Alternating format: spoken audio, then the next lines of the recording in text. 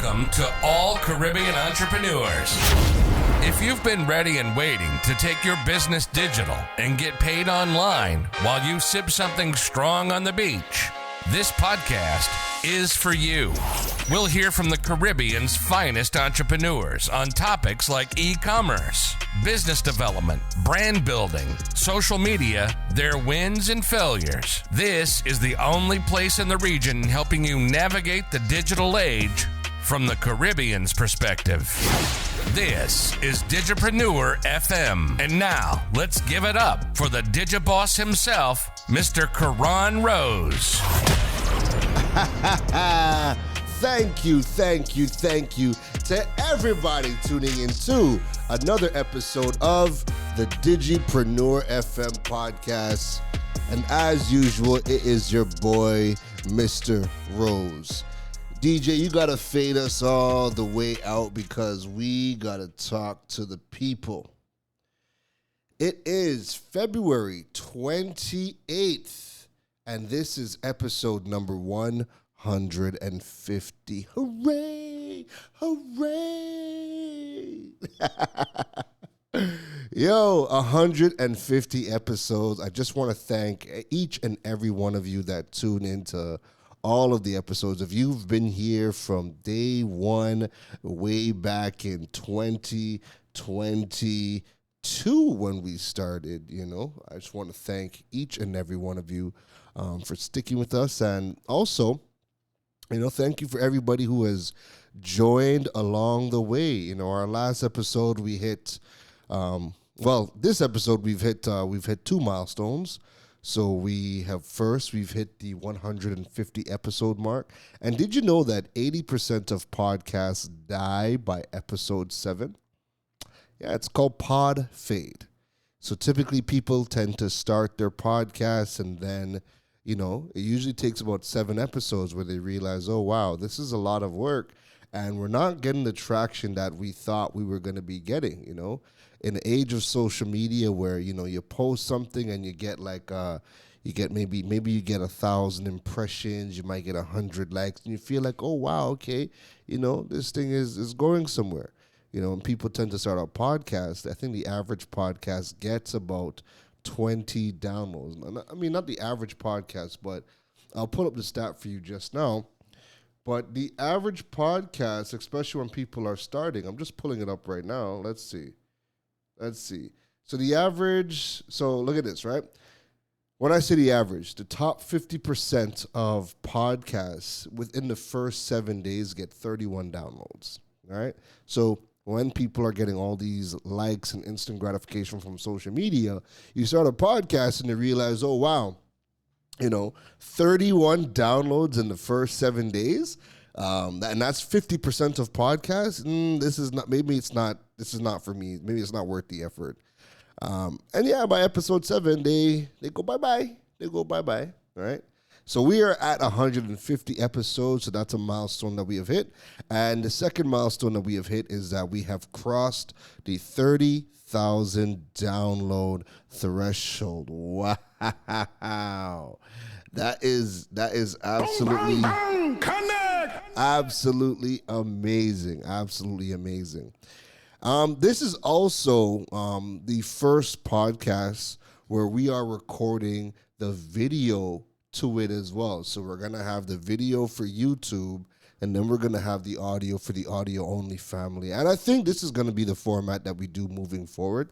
I did say that this year I wanted to double down on video.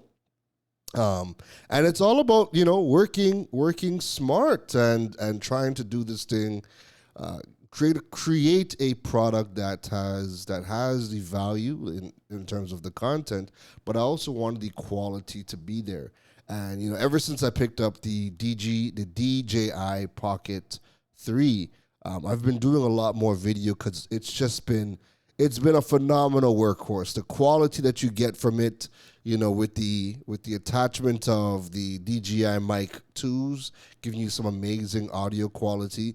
And then I've really been doubling down on CapCut for desktops. I've been editing all of my social media content, my video content inside of CapCut for desktop, and that has been an absolute lifesaver. Listen, right now, they're giving you every single thing for free inside of CapCut. It's the best free editor right now. So you've probably been using CapCut on your phone, but CapCut for desktop just makes life so much easier.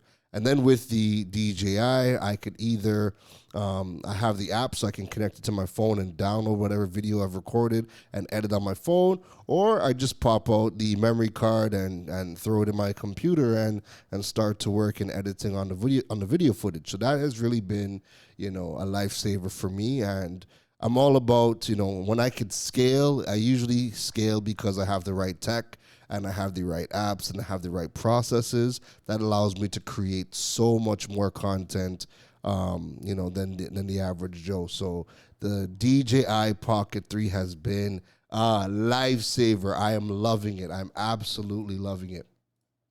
So what are we doing today? What is today's episode all about? Right? What is today's episode all about? Today, we're going to be talking about the future of content marketing for businesses. Yeah? The future of content marketing for businesses. I think this is a really good conversation to be having right now, because I think so much has changed over the last year to 6 months. And when I look around and see the types of content that businesses are creating, it's really all the same. Like like nothing's really changed. Caribbean businesses really are not stepping their content game up. They're not experimenting with content. However, you are seeing a lot of the Caribbean content creators doing a lot more collaborations. They're experimenting with their content, and they're trying to push the needle forward. But the Caribbean content creators typically that are doing a good job are usually all, trying to make skits, right? A lot of the comedians are jumping up and doing their content, but again, a lot of skits that they're putting up. Again, nothing wrong with that. That's their space. But when it comes to the business community, not really seeing much changes happening within the business community and how they're creating content. So yeah, let's talk about the future of content marketing for businesses, right? Let's dive right into that. So in this rapidly evolving world of content marketing, businesses constantly strive to capture the attention of their audiences. However, a new notable challenge has emerged: the saturation of strikingly similar content across a variety of brands. This has not only made it increasingly difficult for companies to stand out, but it also has led to a growing appetite amongst consumers for content that's not just informative, but genuinely engaging and authentic. So there was a quote that I read the other day from Melanie, Deziel of the Creator Kitchen, and she says, in 2024, what content marketers need to do to stand out is to practice bringing out our most human selves at work. We need to show up with vulnerability, transparency, and candor, end quote. So nowadays, online users are drawn to authentic engagement, right? They yearn for a human connection through their devices, preferring content that is honest, and get this, unedited, over highly or overly produced videos. And what do you think all the businesses tend to do? They tend to only put out these overly produced videos because they're still treating it like the ad world, and they throw that on social media, and then they wonder why they're not getting the reach or the traction that they want without spending a whole heap of money behind it in boosting the content. So this movement is driven by a quest for authenticity, a longing to interact with genuine individuals rather than manicured images. So we're going to talk about the 5 types of content that your audience wants to see from your business in 2024.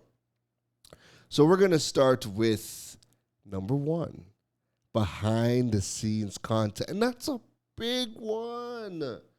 I can't believe we still don't have the majority of our businesses shooting behind the scenes content. And you know why a lot of them don't shoot behind the scenes content?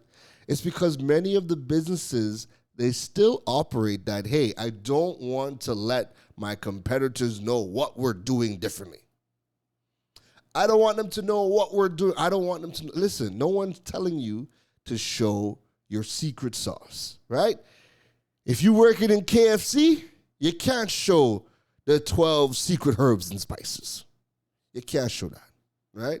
You can't show that you're putting in oregano, parsley, rosemary. You can't show all them things, what the seasonings are. But you could show the behind the scenes of how things get made, right? You could show the day in the life of a KFC worker. You can show a lot of these things. And that's the type of stuff that people want to see. If you make soap, people want to see, take us through the day in the life, take us through the behind the scenes process of you making soap. So the effectiveness of behind the scenes content lies in the ability to showcase the real processes. Excuse me. That's sort of thing with video. Like, usually if I have to cough, I would just mute myself or press pause on my audio and cough. Well, we're shooting videos, so, we're giving you the behind the scenes of everything that goes. We're giving you the behind the scenes of everything that goes into me recording a podcast. I'm not going to hit mute. I'm not going to hit pause. We're just going to keep on rolling, right? So you might even see me take a sip of some water. But anyways, the ability to showcase the real processes and people behind the brand, that's the secret, right? By pulling back the curtain, companies can offer a unique glimpse into the everyday workings, challenges, and triumphs that occur out of the public eye. So this approach not only humanizes the brand, making it more relatable and trustworthy to consumers, but also fosters a deeper connection by allowing audiences to feel like they are a part of the journey. Through the lens of authenticity, behind-the-scenes content becomes a powerful tool in building the brand loyalty and engagement as it reveals the heart and soul of a company beyond its products and services. We want to see the behind the scenes, and that makes for great content. You don't know what to shoot? Not a problem. If you start to record your behind the scenes of how the day-to-day business operations get done, there's going to be a lot of people who are going to be watching the content because they like it and it's escapism for them. But then there's going to be people who may be trying to get into your industry, and them watching your behind the scenes content, they kind of get an idea as to how the industry works. Maybe they want to come and work for your company. So this gives them a glimpse into the company culture that happens at your organization. This is a great way for them to gauge whether or not this is a company that they would love to work for. So you might start attracting better talent by showcasing them behind the scenes, but then for your clients or your audience, they get to escape into your content. And again, this becomes now a nice learning mechanism, build that deeper relationship with the business. And now, people might be more, they might feel more, what's the word I want to use? They will want to do business with you. It's either going to repel them, right? Or it's going to attract the right audience to you. And I mean, that's all well and good, right? When you repel people through your content, you always end up with the best consumers for your business, all right? Your content allows people to qualify themselves, and that's one of the biggest things that content does in general. So start showcasing the behind the scenes. We want to see it, and that makes for great social media content. That makes for great YouTube content, right? All that is good stuff. Rather than you just doing the same old, rinse and repeat. Here's the product. And you take a picture and post it, or you have a sales rep who is comfortable on camera, and all they do is walk around talking about the products. And not even in an informative way. It's just in a very hard salesy way. So over here, we got the new Audio-Technica 2100X. Oh, and over here, we also sell water. Check this out.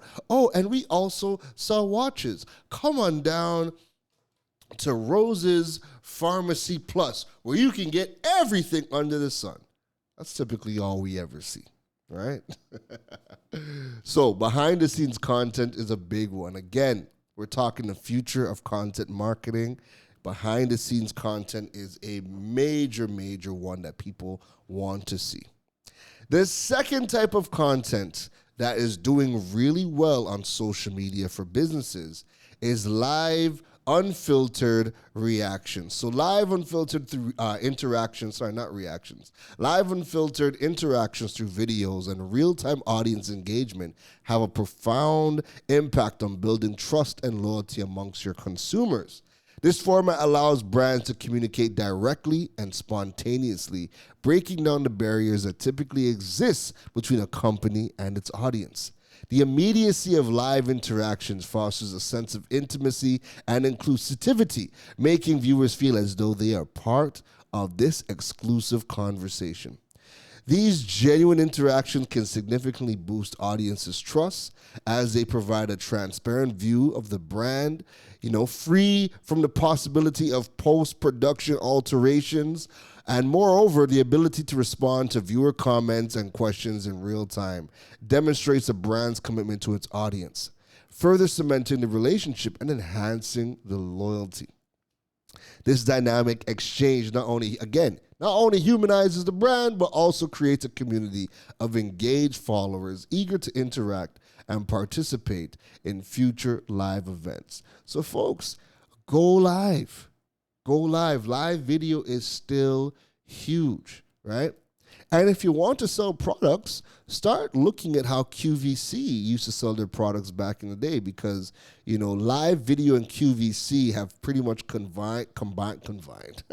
When you think about platforms like Amazon Live Shopping, it's pretty much QVC, but now it's live with the specific brand, talking about the products, talking about the services, allowing people the opportunity to jump in the live and ask the types of questions that they would like to ask, right? That's a great way to build that community and to foster engagement.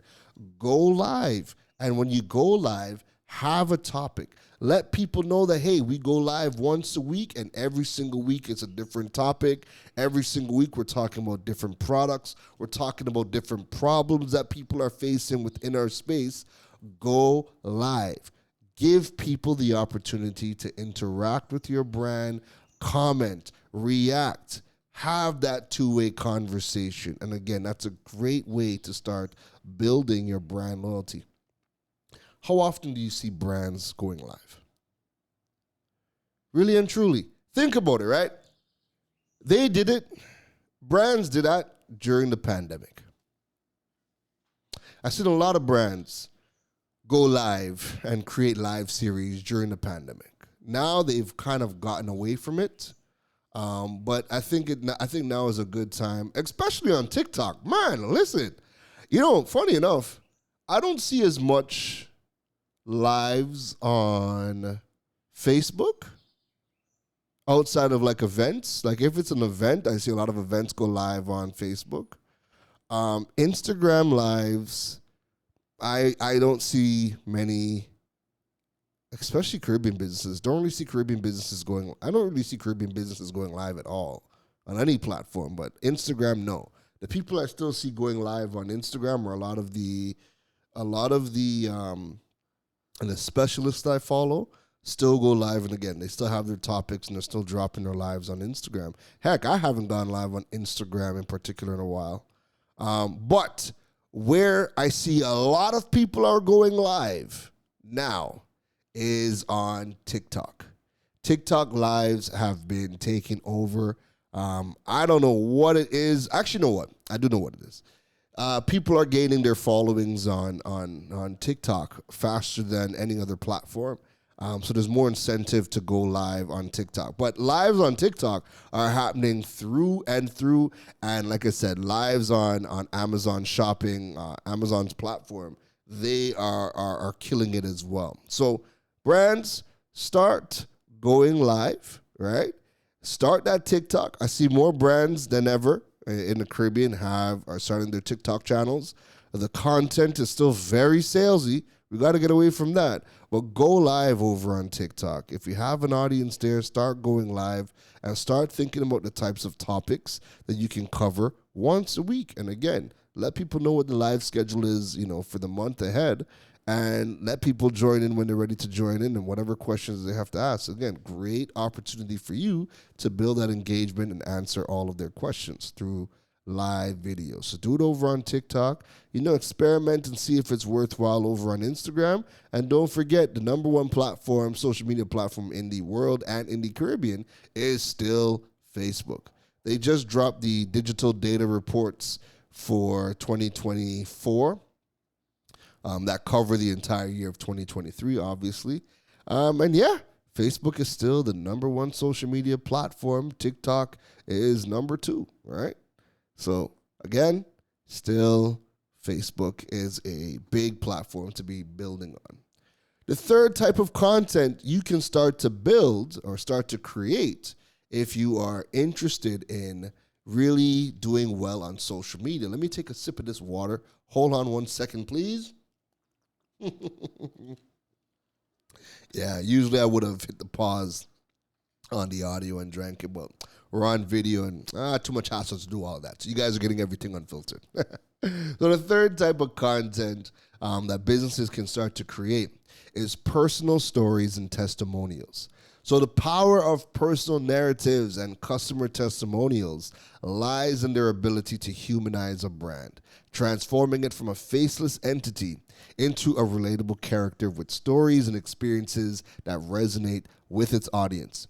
And by sharing personal stories, whether they're from the brand's founders, the employees, or satisfied consumers, a company can forge emotional connections that transcend the traditional buyer-seller relationship. Testimonials in particular serve as endorsements, authentic endorsements when done correctly, showcasing real-life applications and the impact of brands, products, or services on individuals' lives.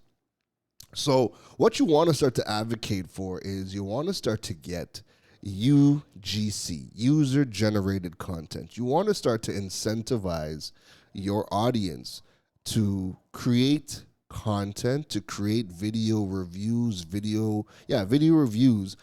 of them checking out the products, them putting it to use, and having them send it over, because UGC content is some of the best content right now, right? It serves as a testimonial, right? They're using the product and they're giving their feedback, and people trust people, right? So that's really good content. I mean, that's a really good way to start incentivizing people to generate UGC content on their own, right? Maybe you do a giveaway every single month. Hey, best video, wins a $1,000 coupon or something. I don't know, right? But figure out a way to incentivize people to create user-generated content for you and then send it over to the brand.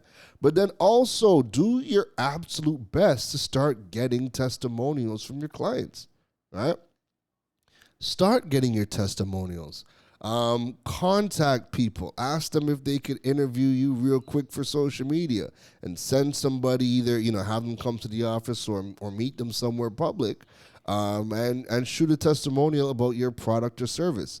Again, all of these things are what people want to see when they're visiting a brand social media platform, right? So if they can see people utilizing your products and services through UGC content, and maybe, again, you've incentivized people to start creating those things and then sending them over to you so you could post on social media, or it can be posted as a collaboration so you guys both share into each other's audience. That's always a good thing to do.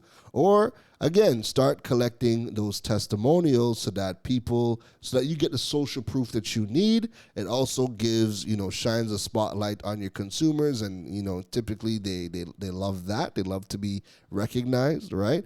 But then you also get that social proof that your products and your services are working. So, again, go and get your UGC content, incentivize that, absolutely, and start thinking about how you guys can go and collect your testimonials. Always try to get your video testimonials first, because video content is what performs the best on social media. So if you can get your video content, great. If you can't, no problem. Remember, carousels are still the second best performing content on social media as well, especially if you're talking about Instagram, right?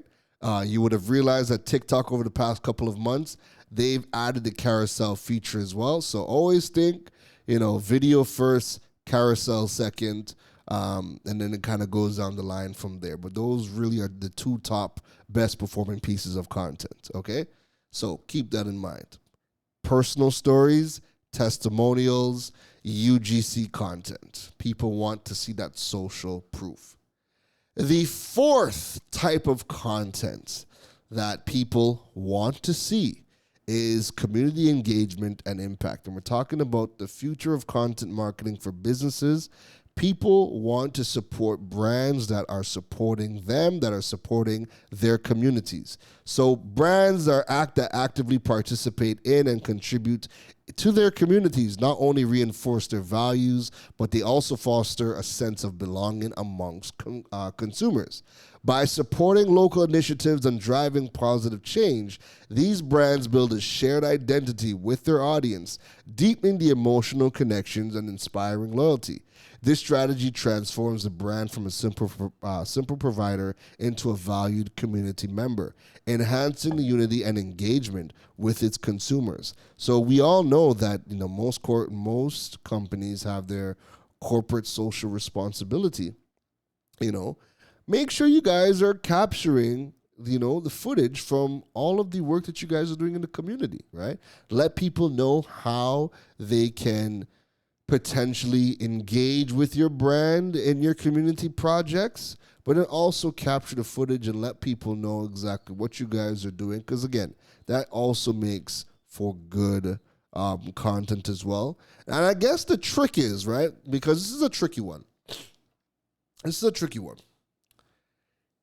If it's overly produced, then it comes off as fake and people don't buy into it. Right? You need to start doing if you're in the community and you're recording content, it's got to be more vlog style, and it can't feel like this was a produced commercial. And I think you guys know exactly what I mean.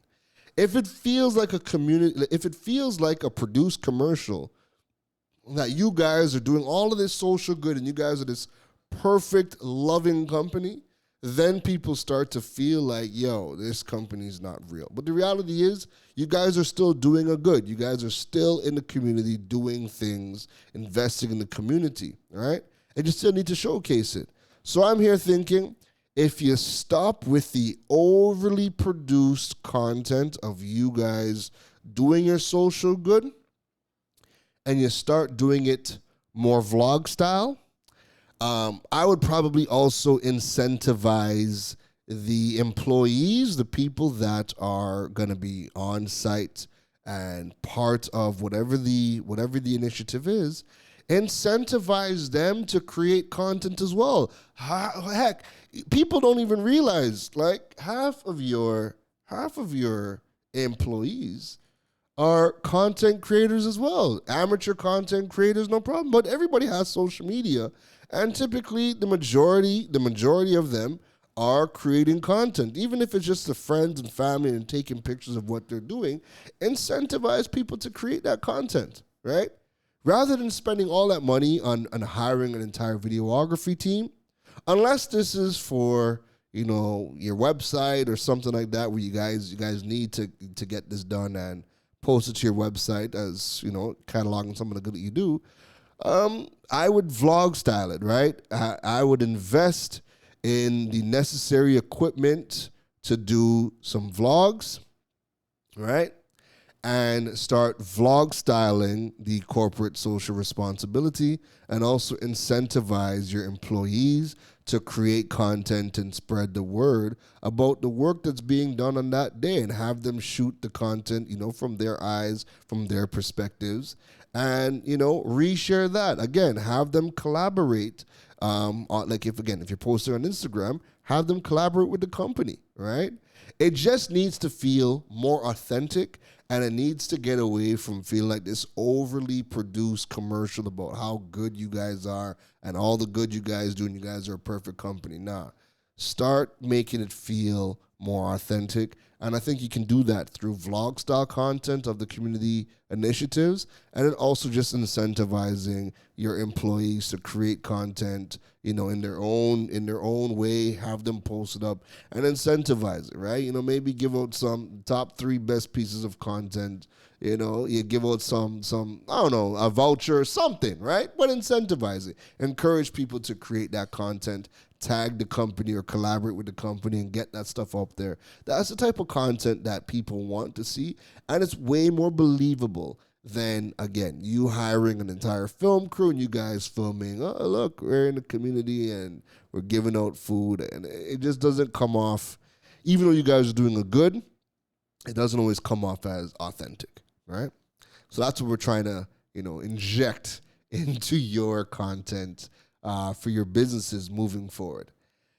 And the 5th piece of content, or the 5th way to kind of build on social media when it comes to content for business owners, especially here in the Caribbean, is leveraging AI for accessibility and inclusion.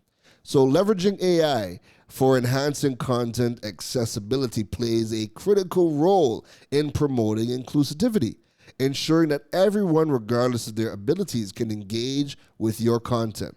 So automatically, every single video should have closed captioning, and that's a prime example of how AI can break the barriers to access. The technology enables people who are deaf or hard of hearing to experience the videos, the live streams, and audio-visual content, which they might otherwise miss out on.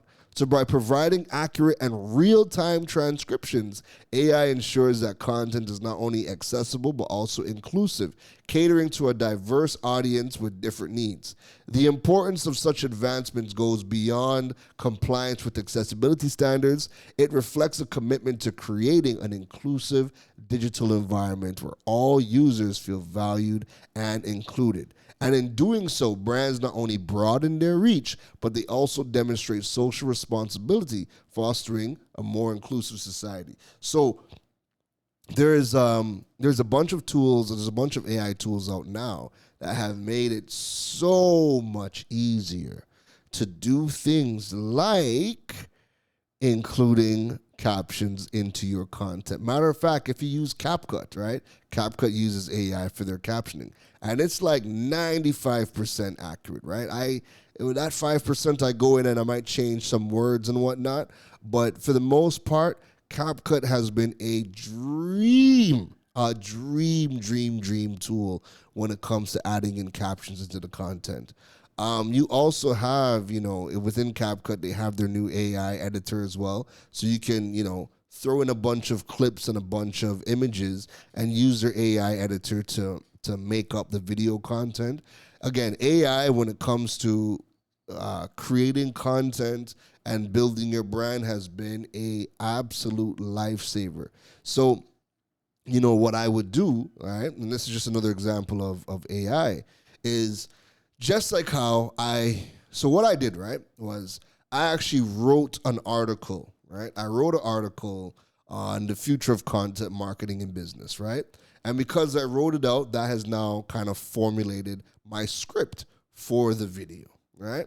And this particular article, I am giving to the media houses for print, and they're going to publish it online, right? But this is what I do. Once I have that in front of me and I'm working from that and I now create the podcast, I know that even though I have a script, quote unquote, in front of me, right, and I'm working from that, I know with the podcast, I'm always going to be adding things in, and it's going to be very different than what you would have read in an article, right? An article is limited by, however many words we put in a column. But typically, my podcast episodes are about an hour in length, right? So then what I can do is, after I've recorded the podcast episode, I then go into another tool that uses AI called Descript, and it's going to transcribe the entire podcast, right? And now I can transcribe it. I could run it into Google Gemini, or I could run it through ChatGPT, and I can now turn this into a very different article for my website. So The media houses get a write up. My podcast family, they get another piece of content, but then I can now get this transcribed, have ChatGPT or Google Gemini take the transcription and everything that I would have said, because again, there's going to be things I'm going to add into the podcast that's not in the article, right? I can now turn this into a new article, and then I could upload that to my website as a blog or an article from my website, and that's going to have a different feel with additional content inside of that. But again, there's just so many things that you guys can do now with AI tools, right? I'm going to shout out my guy Jared Best Mitchell, right? He did something the other day that again people aren't thinking about, but we've had the ability to do this for a while. So what Jared Best Mitchell did with his content the other day was he has a tool called Shield Analytics for LinkedIn, right?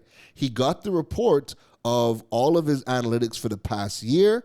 He copied everything into ChatGPT, and he asked ChatGPT to analyze the analytics and come up with the best practices to get the best performing content and a strategy for him moving forward. ChatGPT analyzed all of the data from Shield Analytics and gave him a content plan based on his data. It told him the best days what days to post, the times to post, the type of content to post on each day, all based on the best performing analytics all of that based on the analytics from Shield. It now gave him what to do moving forward. Again, another great way of utilizing AI. Shout out to Jared Best Mitchell for that, right? So there's a wide variety of ways that AI could be used in content that businesses are not leveraging, right? So when it comes to the future of content for 2024 for businesses, it hinges on authenticity, personalization, and inclusivity, with AI playing a pivotal role in enhancing these elements. Strategies such as genuine content, live interactions, personal narratives, community involvement, and AI-driven accessibility are going to be critical for brands seeking to connect deeply with their audiences. These approaches not only humanize the brand, but they also ensure inclusivity, fostering loyalty and a sense of community. As the digital landscape evolves, brands that embrace these values will not only differentiate themselves, but also forge lasting relationships with their consumers. Folks, that is what you got to do if you want to build in 2024, all right? What I will also add in as well is businesses need to start figuring out how they can create multiple pieces of content at scale. There's no ifs, no ands, no buts. There's no one piece of content that is going to get the job done. You as a business, you need to figure out how can we create multiple pieces of content at scale. What does that look like? Look, for example, I just told you that I wrote an article for my column, right? That's going to be in media. That's going to get uploaded to their websites. That's now going to be shared through Apple News, which is the largest news platform in the world, Google News, and all of the other news applications. I then took the same column that I wrote about. I've now turned it into a podcast episode with additional insights. Again, because there are going to be people that prefer to listen to the podcast. And remember, people learn in three ways. They learn through written, they learn through audio, and they learn through visual. And then, whilst recording the podcast, I also have the Pocket 3 going. I'm mic'd up as well, and we are now recording the video. So we have the written content for the media houses. We have the podcast being recorded for the podcast family. We're also recording video for the people who love visual content. And then we're going to cut out clips. We're going to chop up clips of the video. And that's going to be now social media content to promote the long form video that's on YouTube and also promote the podcast. right? So you see how this works? This is what we mean by creating content at scale. You need to do it fast. You need to be able to do it as affordable as possible. How much is it costing me to create all of this? Nothing. It's costing me my time to create it. I've already bought the tools. The tools have already paid for themselves, right? The tools have already paid for themselves, right? So now the tools have already paid for themselves. Me creating the content the only thing it's costing me is my time. And this is why businesses need to learn how to create content at scale. Okay? That's the bonus one. That's the bonus tip for this episode. But yes, tell me, how are you feeling about the future of content marketing? Are you going to be taking the 5 tips, the 5 types of content to create? Are you going to be implementing them into your business? And if you are, which ones? Which ones struck home? Which ones can you see yourself doing? I know everybody should be able to do behind the scenes. Figure out how to do it. And if you're talking sensitive stuff, maybe you just shoot clips with no audio to your video content. And maybe you have a little write-up as to what is happening inside of the video, a little caption to kind of highlight what's inside of the video, right? That's always good. Figure it out. There's so many ways to do this, right? There's so many ways to do this behind the scenes content, and everybody can, right? Everybody can. And again, if you can't showcase you working with customers, showcase you doing things on your own, by yourself, right? So let me know which one you guys like, which one you guys are going to be implementing. I can't wait to see, and I can't wait to hear from you. All right. So this was episode number 150. If you guys liked today's episode, please don't forget to rate and review the podcast wherever you are listening to the podcast from.